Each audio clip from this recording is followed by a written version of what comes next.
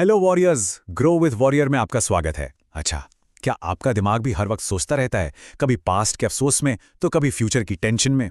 आज हम सक्सेस या हसल की बात नहीं करेंगे। आज बात होगी उस चीज की जो हम सबको चाहिए, मन की शांति। और इसका राज छिपा है एकार्ट टोले की इस कमाल की किताब द पावर ऑफ नाउ में।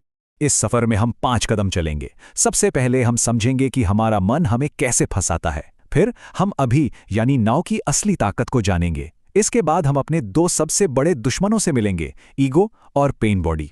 फिर मैं आपको प्रेजेंट रहने के 4 प्रैक्टिकल तरीके बताऊंगा और आखिर में हम मन की शांति के असली रास्ते को खोजेंगे। तो चलिए शुरू करते हैं। तो सबसे पहला और सबसे जरूरी सवाल, आखिर हम दुखी क्यों होते हैं?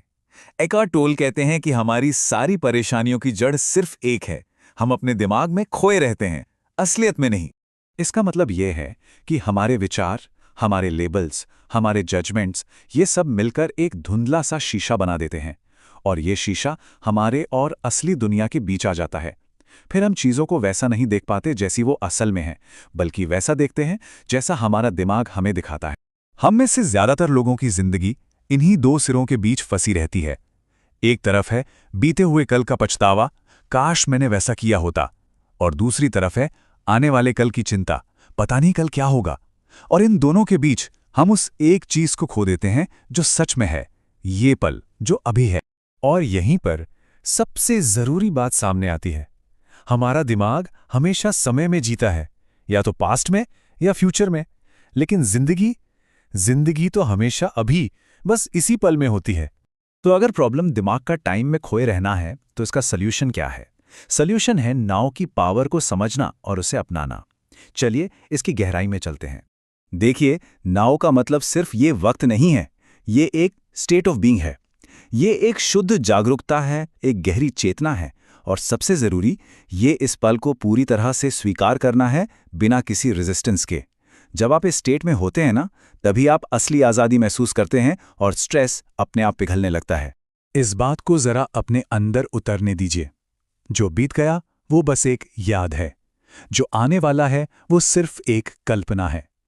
इकलौती चीज जो असली है, जो सच है, वो है ये पल, द नाउ। लेकिन अगर नाउ में जीना इतना ही आसान है, तो हम कर क्यों नहीं पाते? टोले कहते हैं कि इसके पीछे 2 साइकोलॉजिकल विलेंस हैं जो हमें इस पल में जीने से रोकते हैं, ईगो और पेन बॉडी। ईगो वो मैं है जिसे हमारा दिमाग बनाता है। ये हमारी असली पहचान नहीं है। ये हमारे विचारों से, हमारी पढ़ाई से, हमारी नौकरी से, इन सब से अपनी पहचान बनाता है।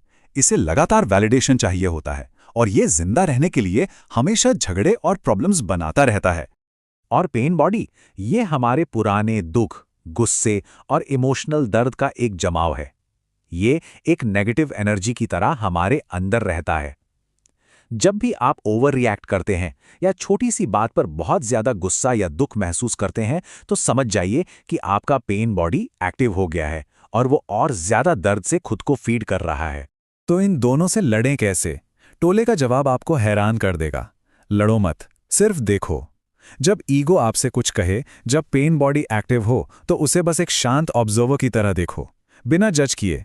आपकी जागरूकता की रोशनी में ही उसकी पावर अपने आप कम हो जाती है। चलिए अब थ्योरी से प्रैक्टिस पर आते हैं। यहाँ 4 आसान स्टेप्स हैं जिससे कोई भी प्रेजेंट मोमेंट में आ सकता है। इसे आप अपना प्रैक्टिकल टूल किट समझिए। पहला, अपने दिमाग में चल रही आवाज को बस सुनो, पर उसे जज मत करो। दूसरा, इस पल को ये जैसा भी है एक्सेप्ट करो, उससे लड़ो मत। तीसरा, अपनी सांस पर ध्यान दो, हर आती जाती सांस को महसूस करो, ये आपको तुरंत प्रेजेंट मोमेंट में ले आएगा। और चौथा, ये रियलाइज करो कि आप अपने विचार नहीं हो, आप उन विचारों को देखने वाले हो, एक साक्षी। और यही है सबसे बड़ी खोज, ये समझना कि आप वो आवाज नहीं हो जो दिमाग में चलती रहती है। आप वो कॉन्शियसनेस हो, वो अवेयरनेस हो जो उस आवाज को सुन रही है। ये एहसास ही असली आज़ादी की शुरुआत है। तो आखिर में इस सब प्रैक्टिस का फायदा क्या है? इसका अंजाम क्या है? अंजाम है एक ऐसी शांति जो किसी बाहरी चीज पर डिपेंड नहीं करती। इस गहरी बात का मतलब है कि मरने से पहले अपने उस झूठे मैं यानी ईगो को मरने दो। जब आप ईगो से अपनी पहचान तोड़ देते हो, तब आपको अपने असली, अमर, टाइमलेस सेल्फ का अनुभव होता है। और तब आपको पता चलता है कि मौत जैसी कोई चीज है ही नहीं। वॉरियर्स, याद रखिए, शांति कोई मंजिल नहीं है जो भविष्य में मिलेगी। शांति हमेशा यहीं, इसी पल में मौजूद है। हमें बस अपने मन के शोर से हटकर उसे सुनना है। जाने से पहले एक पल के लिए रुकिए। ऐसी क्या एक चीज़ है जिसे आप इसी वक्त, जैसी वो है, वैसे ही एक्सेप्ट कर सकते हो? शायद अपनी सांस का आना जाना या अपने आसपास की आवाज़ें। कमेंट में बताइए कि आपने क्या महसूस किया। अगर इस विश्लेषण को सुनकर आपको थोड़ा भी शांत महसूस हुआ हो तो इसे लाइक ज़रूर करें। ऐसी ही और गहरी इनसाइट्स के लिए ग्रो विद वॉरियर को सब्सक्राइब करें। इस पूरी किताब की 1 पेज समरी का लिंक डिस्क्रिप्शन में है और डिस्कशन कंटिन्यू करने के लिए हमारी टेलीग्राम कम्युनिटी ज़रूर ज्वाइन करें। धन्यवाद।